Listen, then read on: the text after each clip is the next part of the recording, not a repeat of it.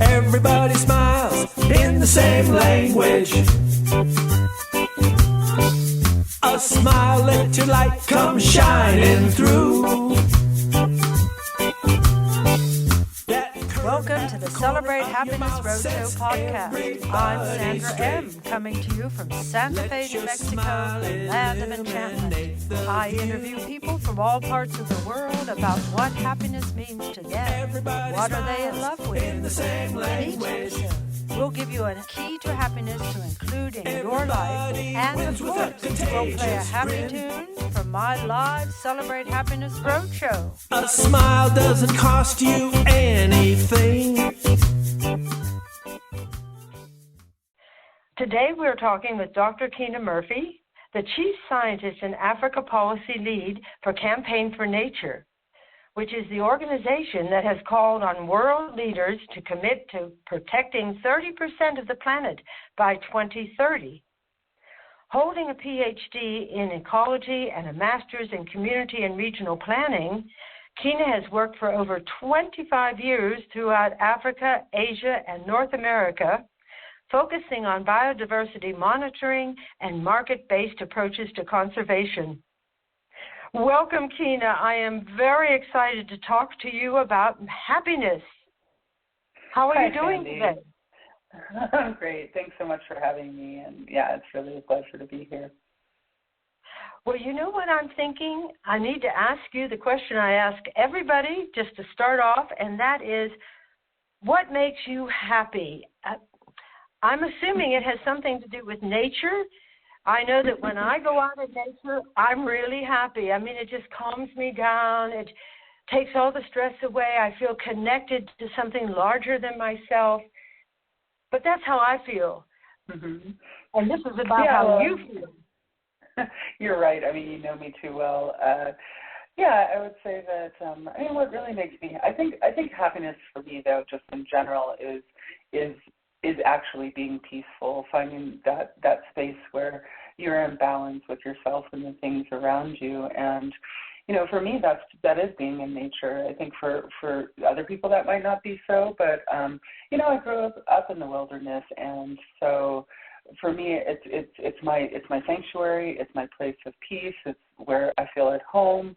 It's where I feel safe, and you know, it also just nourishes me. It's, you know, the wind, the fresh air, all of those things. And I didn't really know it. I didn't really know how happy it made me until I actually lived in the city, and I was really unhappy. So, you know, yeah, for me, it's being part of something larger than me and being part of a bigger whole. Yeah. Well, now this is very interesting because a lot of people who might be listening to the podcast do live in cities. So could you talk a little bit more about the difference of living, from your personal experience, of living in a city and maybe not being able to connect with nature, or maybe there are ways that you can suggest that when people are living in cities, they can connect with nature more effectively? Yeah, I think that, you know, for me, the difference really is that sense of peace and connectedness. You know, it's like we are nature, right? It nourishes us. You know, we nourish it. You know, it's a reciprocal cycle, or it should be. You know, I think humans are a bit out of balance right now, or not even a bit, extremely out of balance. And I think that cities are an example of that imbalance. You know, where you can't, it's really difficult to sort of just walk out of your house and touch the ground, or, you know, sit under a tree, or, you know, even breathe fresh air in many cases. You know, the air isn't even clean in cities. And I think that when you are from the city, because I have lots of family members and friends who are from the city, you don't really even know what it is like to be in a place of peace and connectedness like you get when you're in nature. But I grew up in the wilderness. My dad was a park ranger when I was a kid, so I grew up in really extreme wilderness places.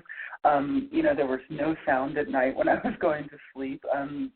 So you always knew what was going on around you. I mean, of course, there was the sound of the winds and the crickets and things like that, which for me is like a lullaby. I love the sound of the crickets at night.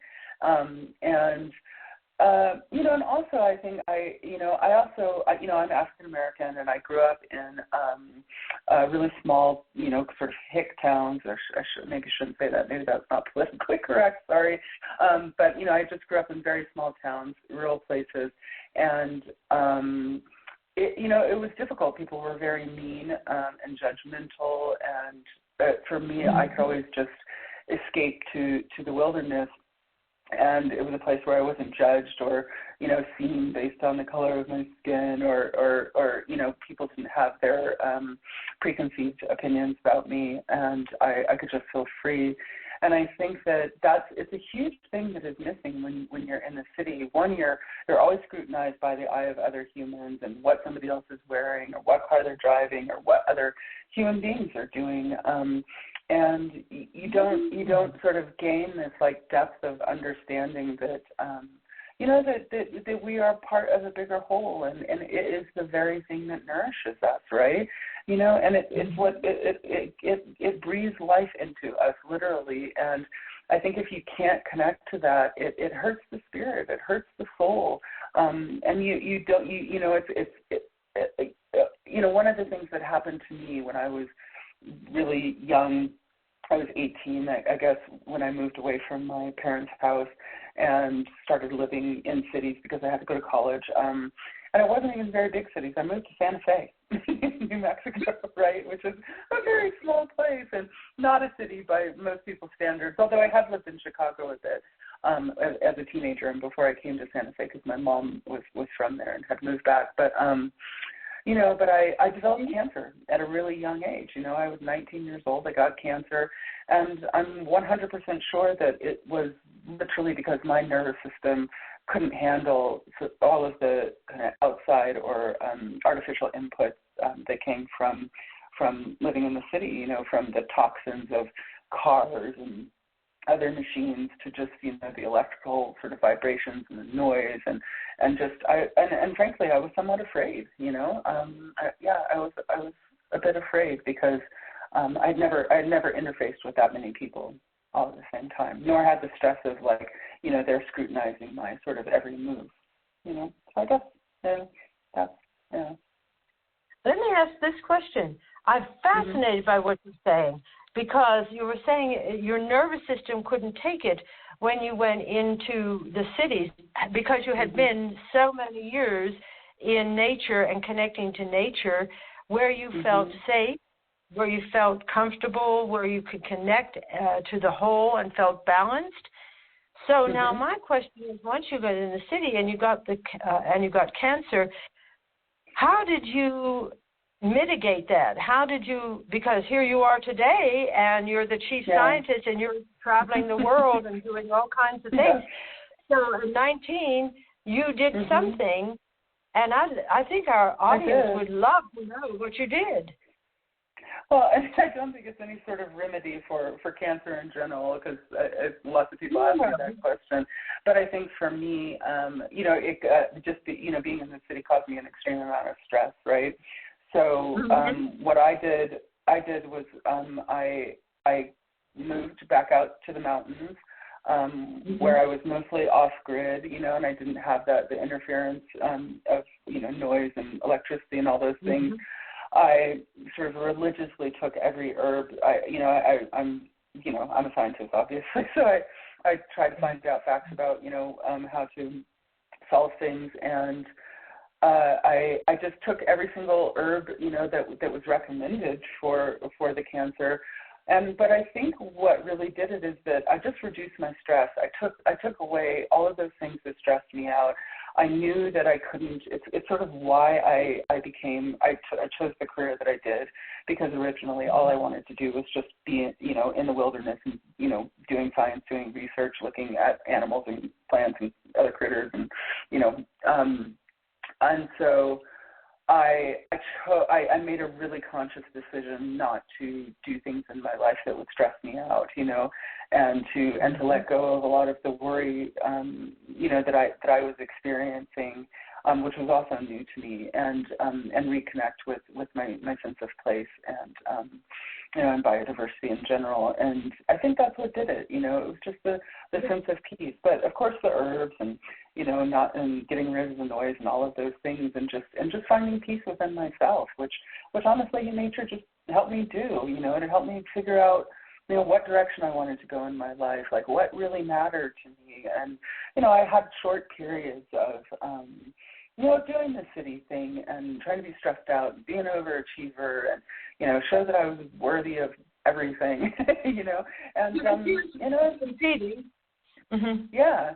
And then I just realized it's not about everybody else. It's just about yourself. It's about are you in love with yourself? Are you do you accept do you accept your own path, and are you happy with the choices that you have made, and irrespective of what other people think, and I think we all have to let that go. Yeah.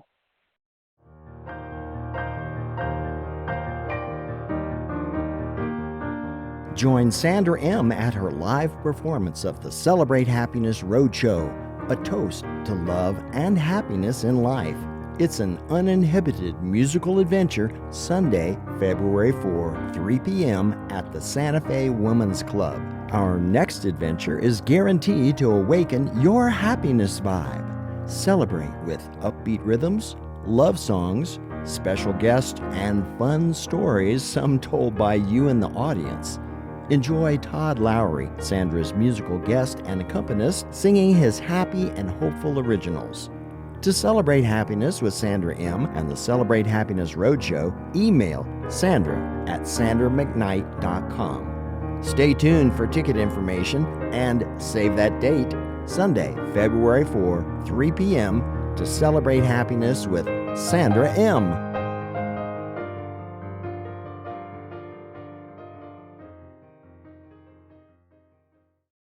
Wow, this is so fantastic what you're talking about, because peace within yourself. All the people, like I follow Dr. Bruce Lipton, and I've mentioned him before in some of these podcasts, and he talks about, he's an epigeneticist and a biologist, and he talks about the fact that he feels that 90%, if not more, of the diseases on this planet are due to stress. Stressing the body, absolutely. The mind, etc. And here you are saying being in nature reduces your personal stress. And my question is now, do you think that it would be the same for most people? In other words, once they got used to it, maybe they don't have to stay overnight in the tent. They could go to a motel or something. But even taking a walk in nature, absolutely. So what would be some of the things, like I know in cities, now you have a degree, it says here, in community and regional planning. So I have a vague idea of what that means, but I would think that in cities they have to do a lot of planning, don't they? They have to put in parks and other things. That helps to have nature. So I just did this retreat. I just did a retreat up at a ranch in New Mexico. It's like a 10,000 acre ranch, and it was all about sort of reconnecting people with nature. I did a lot of the conservation work up there, so it wasn't connecting me with nature, but there were a lot of people from the city who were trying to reconnect with nature. For me, it was great to connect with the people because I'm always connected to nature. But so some of the things that people said, so there was this one woman, and she was so amazingly interesting because she was sort of the person you would think that would be least likely to be deeply connected with nature. And because she's very much from the city, and just from her outward appearance, like people would make judgments and things like, oh, this person probably doesn't know anything about being in nature. But she was so deeply connected that she noticed every little thing happening around her. And one of the things that she said that she does when she's in the city is she'll just like be in a parking lot and go sit under the trees like that are in the medians and places like that. Like everywhere she goes, she would just find little teeny pockets of nature to go hang out in, or read a book, or just sit and contemplate in. And she said she did this like quite often, and I thought that was so interesting that like you can be in a city and you can be in a parking lot and there can be just this little outcrop of trees that people have put because it look pretty, but really if you just go sit underneath them and, feel the grass and feel the shade and interact maybe with the little critters if you're that far advanced, it really can be healing. And she said for her that was like kind of her gateway into deeper nature experiences. So yeah, and I think that's the thing that leads me to your question about planning. I think that why I got into community and regional planning in the first place was because I thought I've always had this idea that I don't know how people survive without being able to just wander off into nature, right? For me, I could not live and I could not survive. So I thought, wow, everybody must be suffering and they don't know it, And so I was wanting to really try to, plan urban landscapes that included nature and included places where, people could just really experience nature. And so, there are lots of cities that have great open space areas, like, New York City has great ones. I mean, it's kind of incredible that it's New York City, yet they have Central Park and all these other parks around the city. And so I think to whatever degree you can just get out and get into these little pockets of nature, it's great. Or I have another friend, Yusuf Burgess, who died some years ago, who he had extreme PTSD from being in Vietnam. And he came back to New York City, super urban area, and where he found his peace and where he found, nature and a way to heal his PTSD was by getting on the rivers, getting out in the water, and kayaking. So he would do river and sea kayaking, and then he started taking, young African American kids who were maybe getting involved with gangs and things like that, or just going down the wrong path. And he started taking them out into, the so-called wilderness. But this is just like, freshwater or, oceans that he could take people to right outside of New York City. They didn't even really have to go anywhere, and they could still connect with nature. So I think, being thoughtful, just thinking out of the box. You don't have to have a bunch of money.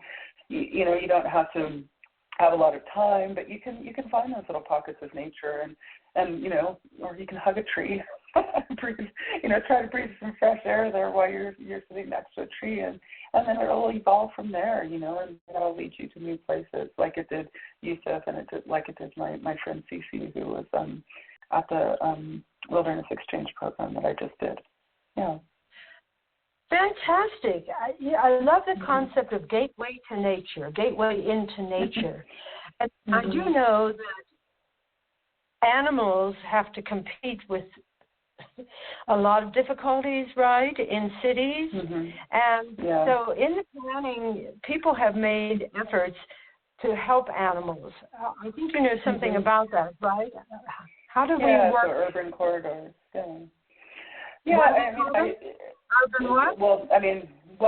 I just called them urban corridors, but basically wildlife corridors. I think, it's one of the most important things that we can do actually for biodiversity is create these kinds of wildlife corridors. And when I say wildlife corridors, they're like corridors that are connected to larger wilderness areas, right? So of course you wouldn't expect that, a whole ecosystem of animals could necessarily, in some cases they could, but not in all cases, survive within urban environments. But, animals need to move. Not only do animals need to move, so do plants. And, they move through seeds and all sorts of, other mechanisms, wind and things like that, and they need places to move to and grow into.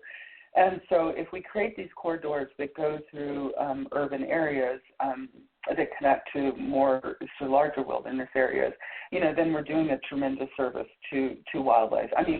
I am of the opinion that we are the ones that should live in corridors. I think we should live in human corridors, and sort of, contain ourselves. Yeah.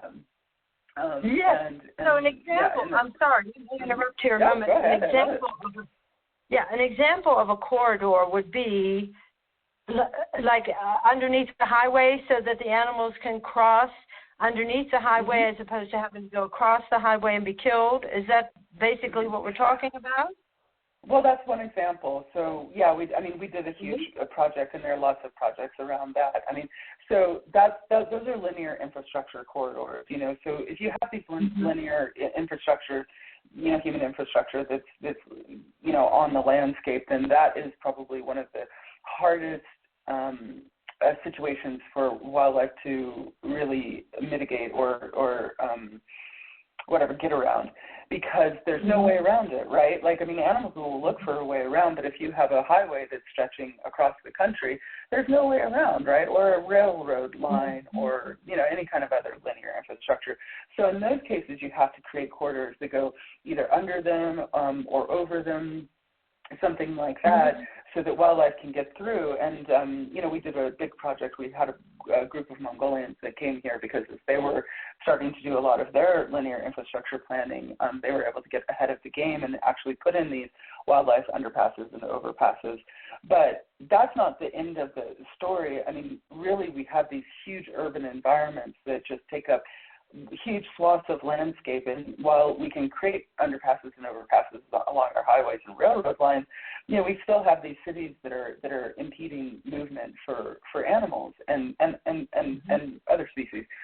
So what we can do is, we can create parks that are connected within those urban environments that then lead into other wilderness areas. So, and there are lots of ways that corridors can be created. If you start thinking about birds, you can create different kinds of landscapes for birds where they can land and get resources as they're migrating, such as even rooftop gardens and things like that can be great for birds, and that can be kind of a corridor. So there's lots of different ways we can make corridors. Yeah. We invite you and yours to an intimate 14-day happiness journey to Bhutan, the lost kingdom of happiness, coming in May of 2024. Experience the magnificent beauty, magic, and mystery of this ancient culture that calculates the gross national happiness of its people.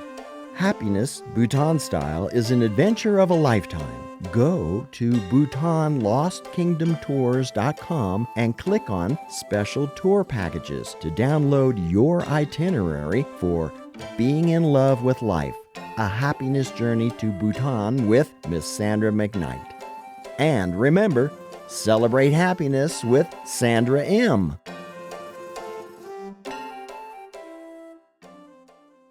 Even where I live, I plant all kinds of milkweed, I think it's called, for the butterflies, the monarch butterflies, and I also plant certain things that I know that the bees love because the bees are really endangered, and that is that supports our food system. Isn't it true?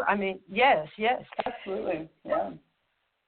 What I would like to ask is my final question here, and I just think it's so important, is what are you in love with? Because from my opinion, my experience in talking to a lot of people about happiness, they always say it boils down to love, self-love. You've already covered that when you were talking about, finding peace within yourself and really loving yourself, etc., when you were going through healing from the cancer and so forth. So, but then it's also loving other people, loving nature, connecting. I just want to ask that question. And then one other thing, can we connect that to your concept that you're working on, I know, so very hard, with 30%, let's see, how did we say that 30% of the planet must be protected by 2030? Do you think if we had more... Okay, I'm going to stop and you go ahead and tell me what I want to hear about that. Okay. So first part of the question, what am I in love with? I think that the greatest love of my life is literally the wilderness. I wouldn't even say it's just nature. I'd say it's wilderness. I love wild things, wild places, wild animals, wild everything, wild people. So, and because I think that, having the freedom to express who you really are and be part of something that is its true self is the greatest gift we can receive in life, right? And yes. so I think that, so what we are facing right now is that if we do not protect at least, at a minimum, of 30% of the planet by 2030, we're going to lose 1 million species, right? And so this goes back to the love thing, right? Is it us human beings, right? I think we spoke about this before, is that us human beings, we think, we're always saying that, like, we're so altruistic and we're so loving and the humanity of things is so tremendous. But really, in reality, we're not good beings on this planet, And I think that we need to really search deeply within ourselves and do some sort of self-evaluation, right? And realize that there's a lot more to love other than human beings, right? We can love ourselves, we can love each other, but we really need to care for all of the other beings that are existing on this planet with us. And we can make a choice. The choice is either, are we going to continue to be sort of narcissistic, in a sort of large-scale way and only focus on human beings on this planet, or are we going to say, you know what, everybody else matters too, from the tiniest, teeniest little, microscopic organism living within the soil to, the largest elephant or the biggest sequoia. We need to care about every living being equally, and I would say not even every living being, all of the processes that support us, because if you think about our rivers and our oceans, right, it's no different than the blood in our body, it's what delivers nutrients to every single thing on this planet. Every single living thing on this planet requires water, and so if we are dumping our waste down, sewage lines into rivers and oceans, then what are we doing to this organism that literally protects and supports us? We're dumping toxins into it, and we do that to ourselves too. We dump toxins into our own bodies. But I think it's time we stop. It's time we take the really critical view of ourselves. And I think, for me, even as an individual, I think that my happiness comes from not people telling me that everything you do is just great, Well, it's nice to hear that, things that I do are nice, but really it's the criticism that turns me into a better person or lets me grow into a better person, right? It's because then I can see, what I've done wrong and how I can do things better. And I think we need to take a critical look at ourselves as human beings and what we are doing and the trajectory that we have been on for, the past couple thousand years. It's not a good one, and it's a very self-centered, narcissistic one, and we need to take the time to love everything else that is here on the planet with us. And for me, that's what happiness is about, is like, it's like if I can think like of something, not just myself. I mean, it's great to love yourself, right? Because that's where it begins. But then we got to we have to love everything else. We have to make sure that, the things that we are doing are not harming all the other beings around us, all the other critters around us, all the life, all the things that bring us life. So, yeah, and so that's how we can also, move this 30 by 30 concept forward. We have to figure out how to protect 30% of this planet by 2030. And that doesn't mean that we can't exist within nature. We absolutely should exist within nature. And we have a positive role that we can play in nature.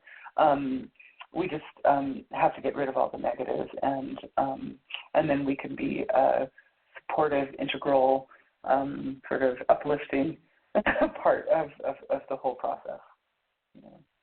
This is a beautiful, beautiful way to end, Kina. Thank you so much.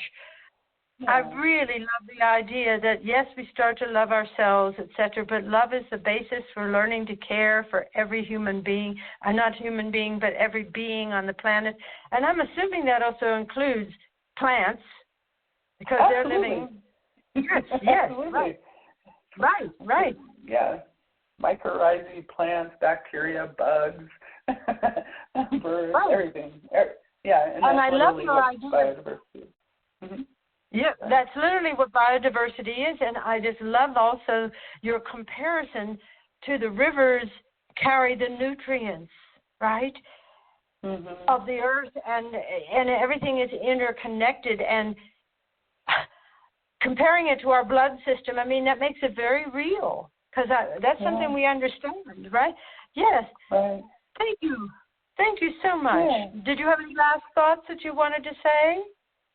No, you're welcome. I mean, I really appreciate you doing this happiness podcast. I think that, I think it's something we really need to think about, like what actually is happiness and how do we create happiness. And I think one thing you asked me, like not actually on this call, it was can you create happiness? And I think, or is happiness a choice? And I think absolutely it is a choice. It is a choice, and it's a choice to create more life and to create more joy and to create more growth rather than to be a destructive force, And I think that in our hearts and our spirits and, and in our everyday lives, we can just make those choices in every single thing that we do, And just make the right choice. Make the choice to be happy. Yes, you're welcome. Make the choice to be happy. Thank you so much. Yeah. It's been a pleasure. Yep. For me as well. Thank you so much for having me.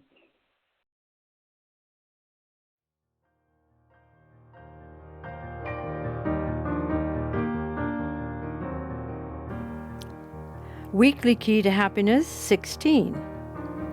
Explore meditation. Meditation can involve movement, focus, spirituality, or a combination of all three, and it doesn't have to be complicated. It can be as simple as sitting quietly for 5 minutes every day, or deep breathing exercises done on a regular basis.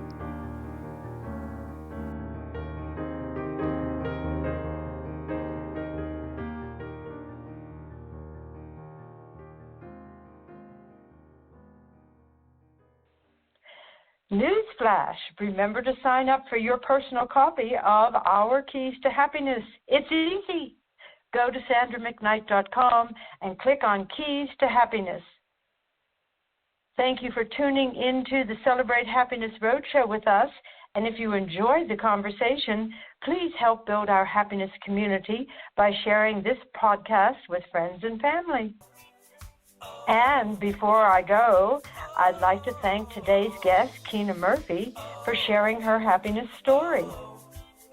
To share your happiness story on the Celebrate Happiness Roadshow podcast, send an email to sandra@sandramcknight.com. Turn your smile on, you can't go wrong. You'll find that love is all.